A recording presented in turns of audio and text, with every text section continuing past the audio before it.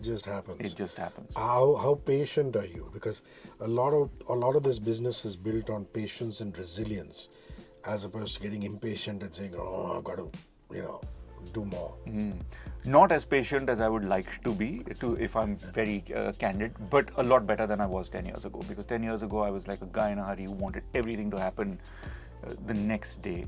But there's this great saying that I heard of in that journey, which was to say that Bombay ऐसा शहर है जहाँ पर समय से पहले और किस्मत से ज़्यादा किसी इंसान को कुछ नहीं मिलता. Which translated is like before your time and more than what the universe owes to you will never happen. And so that it has a way of sort of making you spiritual in a strange way, of like where you start believing in there is a larger scheme of things, and there are things that you cannot sometimes control, which is the opposite of what the collector likes to do.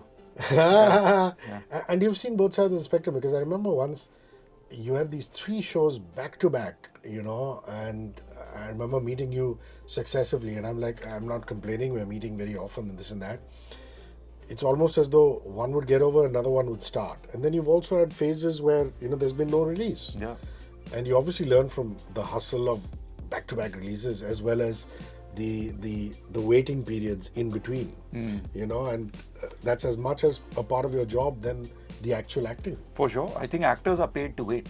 That's actually what it is, because you're either waiting to sign on to a project. When the project comes on board, then you're waiting in the vanity van for the shot, then you're waiting for the release, then you're waiting for audience. So waiting is a large part. And one of my favorite actor sayings is, an actor is not the 100 days of the year that he shoots, he's the 256 days that he doesn't. Wow. Of what he's doing with his headspace, with his time, and otherwise. And I think success teaches you less than what patience does. Wow, that's amazing.